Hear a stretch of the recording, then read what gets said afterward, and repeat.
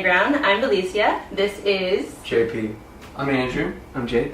Alright, cool. So how's the tour going so far? It's going really well.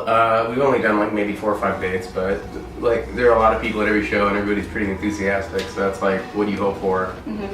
Alright, so Austin is the home of the opposite of normal. So do you feel home here? I do it. I like it. You know, it's good music and bats and good pizza and. Yeah, JP loves it here. That's indicative I do like it. I do like it here. Love it here. Yeah. Alright, so I heard you had to cancel a show in LA because of a sickness. So Yeah. Ghastly business that. Mickey thought he might have had a pneumonia. Oh. But he couldn't sing. Like I got something like a week before, and I mean it's that season. So are you bummed about it?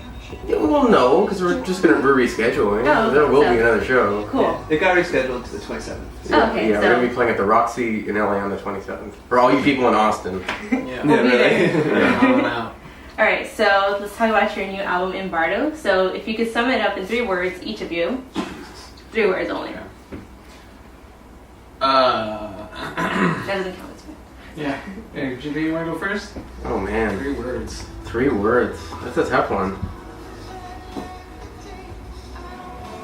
I keep wanting to say "be kind, rewind," but that doesn't. I think like 3 words, but has nothing to do with the record. But the record is like vaguely about like.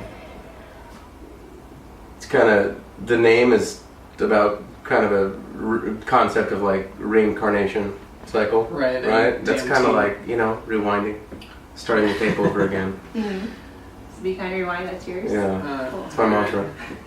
It's transitional. It's I took the word. Literally the word. it's transcendent. It's exuberant. We all did really well in the SAT verbal section. Yeah.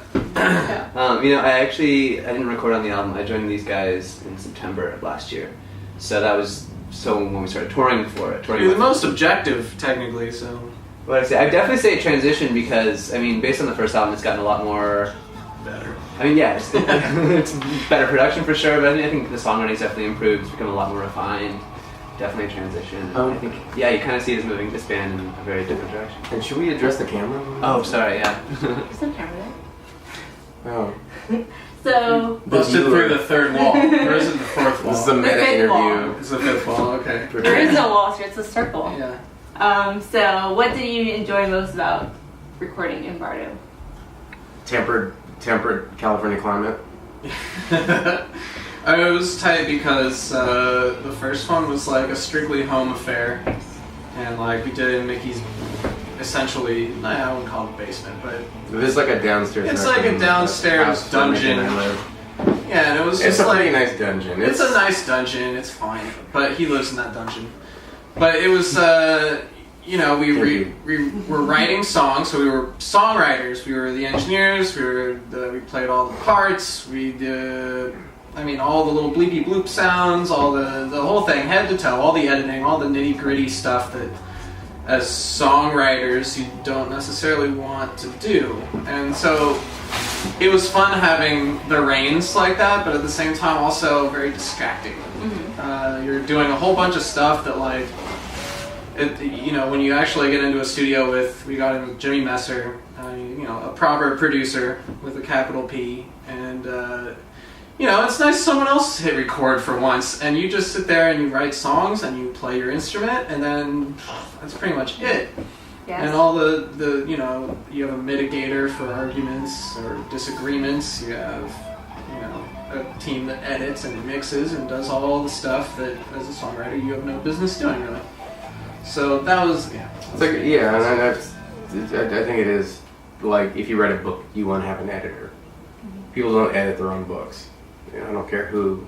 It's like that when you make anything, especially a record. It's like the producer is supposed to be the editor. Supposed to kind of see it from outside the bubble because you're so in the bubble. They can be the objective third party and kind of help bring form to it. So you get to focus more on the music? Yeah. Or what you need to do? Definitely. Alright, cool. So Embardo means transitional, right? So yes. Yeah. I don't want to say the wrong thing. So how do you feel the first album is more transitional or the second album is more transitional compared to the first? And where do you think your next transition will take you? Well, you can't. Well, I guess you could transition from nothing, but I guess that was our starting base, and we've matured and developed since then. Yeah, and anytime you do anything, I mean, it's like it's wherever you're at the moment. You know, I don't think Annie was like, oh, this is going to be a bold new version of the band. It's where you are mentally and creatively. You just whatever comes out comes out. What do you? Yeah, we didn't try to make a transitional album. It's Yeah. just, looking back on the two of them, you can see that there was growth. It's like saying, hey, little kid, you grew up a couple inches this summer. Yeah, you've been transitioning. How do you describe your state of transition? Like, why do you do that? I mean, that's what I told the doctors whenever they told me. Yeah, you don't get a choice. I mean, it just happens. It's growth. So where do you think the next album will take you? Or what do you think will? That's a very good question. Not really sure. Gonna have to figure that out when it comes up. Yeah. We've got quite a deal of touring left to do before we even think about that. It'll probably just happen.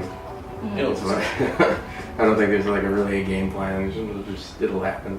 Alright, cool. So anything interesting y'all read so far? You seem like well-read people. Yeah. Oh boy. I just read Clockwork Orange for the first time.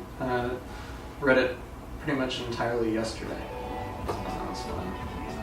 Someone recommended The Virgin Suicide, so I'm going to go through that. The Crying a Lot 49 by Thomas Pynchon. Which is meaning to get it. Yeah, it's cool. It's really he's funny. Like he's really funny. Everybody says it's dense, but it's dense in a way like if you're a nerd, you'd be totally fine with. Like you'd be saying it's novel, you know. So I like that. Jake? I've just been like obsessed with Nabokov lately, so I've just read like Pale Fire and Laughter in the Dark, and I mean Lolita's like the classic that I read a while ago, and so yeah, I kind of get these like phases of like reading all these authors' works, and I'm like, okay, next one.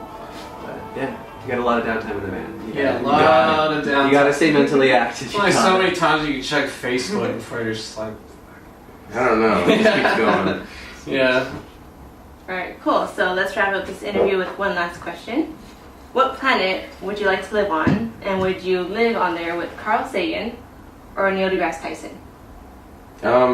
It depends. Earth, I would like to live on. It depends, because they both seem like they can party, but in different ways. Like Neil deGrasse Tyson seems like he's more of like a regular dude. Carl Sagan seems like he wants to like trip balls and like freak out. You know, he's like pretty spaced out. That'd be cool. I'd start a band with either of them. Like I think everyone would both get on my nerves after a while, probably, but. You think you're so smart.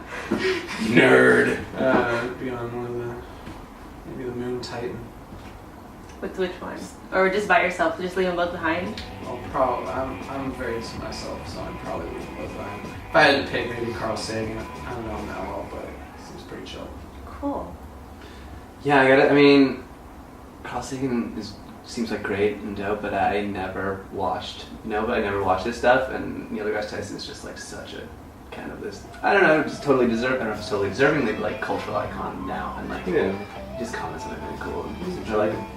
He's like a funny, cool nerd dude. Yeah, like, which is bigger than anyone in a band is, as far as I'm concerned. You know, like he's like a guy in a band, except he does work with astrophysics. And did he do drugs? Yeah, I think so. I think that's how you like figured out most of his theories. Oh, was it? Drugs. All right, yeah. Well, I'm making that really? up. Let's get on the bus. All right. Alright, cool. So thank you guys for Thank doing you. this interview. Thanks. Thank you for having us. Yeah.